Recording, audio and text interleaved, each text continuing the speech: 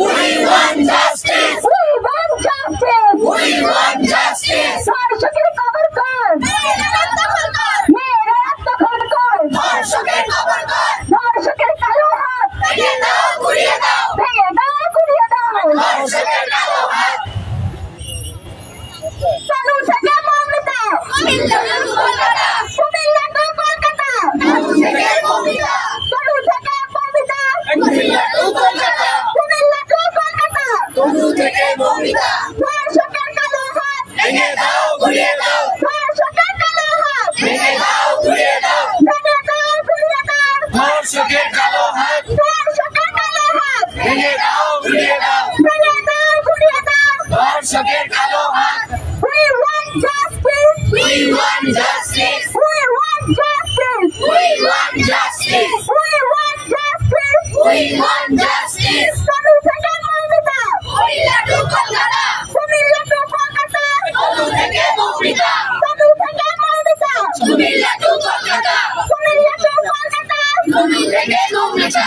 We want justice. We want justice. We want justice. We want justice. We want justice. We want justice. ধর্ষকের কালো হাত ভেঙে দাও, গুড়িয়ে দাও। ভেঙে দাও, গুড়িয়ে দাও। ধর্ষকের কালো হাত। ভেঙে দাও, গুড়িয়ে দাও। ধর্ষকের কালো হাত। ধর্ষকের কালো হাত ভেঙে দাও, গুড়িয়ে দাও। ভেঙে দাও, গুড়িয়ে দাও। ধর্ষকের কালো হাত। We are Mamata. We are Momita. Stand with Mamata. We are Momita. We are Mamata. Stand with Momita. Stand with Mamata. We are Momita. We want justice. We want justice. We want justice. We want justice. ধর্ষকের কালো হাত ভেঙে দাও, গুড়িয়ে দাও। ভেঙে দাও, গুড়িয়ে দাও। ধর্ষকের কালো হাত। ধর্ষকের কালো হাত ভেঙে দাও, গুড়িয়ে দাও। এবং পৃথিবীর যেই প্রান্তে এই ধরনের ঘটনা ঘটুক তা হলো গিয়ে এক ধরনের অসুস্থ কার্যক্রম, অসুস্থ চিন্তা, অসুস্থ ধারণা। এটা আসলে হলো গিয়ে বর্ডার দিয়ে মাপার সুযোগ নেই, এটা মানবিকতার দৃষ্টিকোণ থেকে দেখা উচিত। এই জন্য আপনারা দেখতে পেয়েছেন আমাদের ছেলেরা, আমাদের মেয়েরা রাজপথে। দেখুন, আমি তো শুরুতেই বললাম, এগুলোতে বর্ডার দিয়ে ভাগ করবেন না, এগুলোতে হলো গিয়ে সীমানা প্রাচীর দিয়ে ভাগ করবেন না।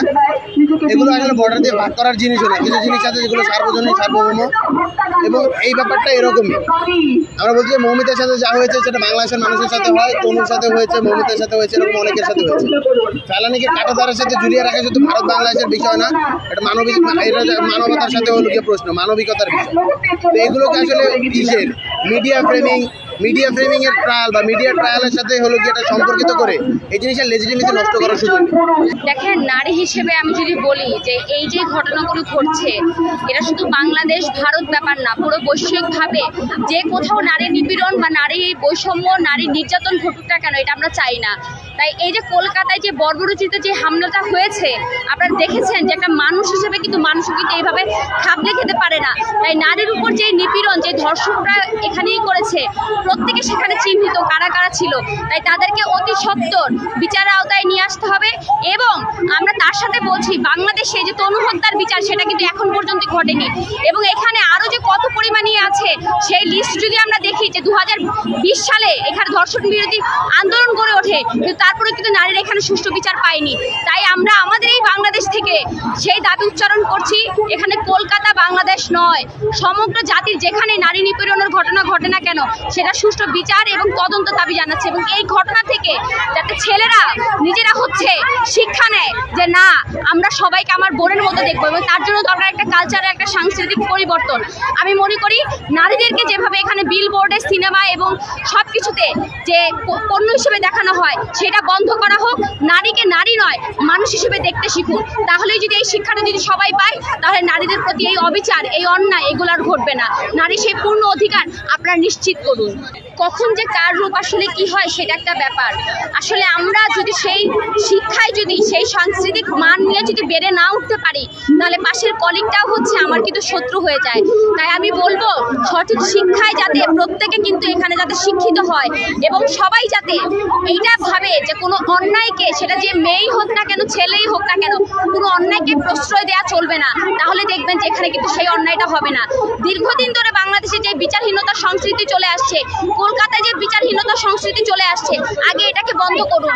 এই বিচারহীনতার সংস্কৃতি যদি বন্ধ করতে পারি, তাহলে আমরা আমাদের দেশে এই ধরনের যে ঘটছে সেগুলো আর ঘটবে না বলে আমরা আশা করি।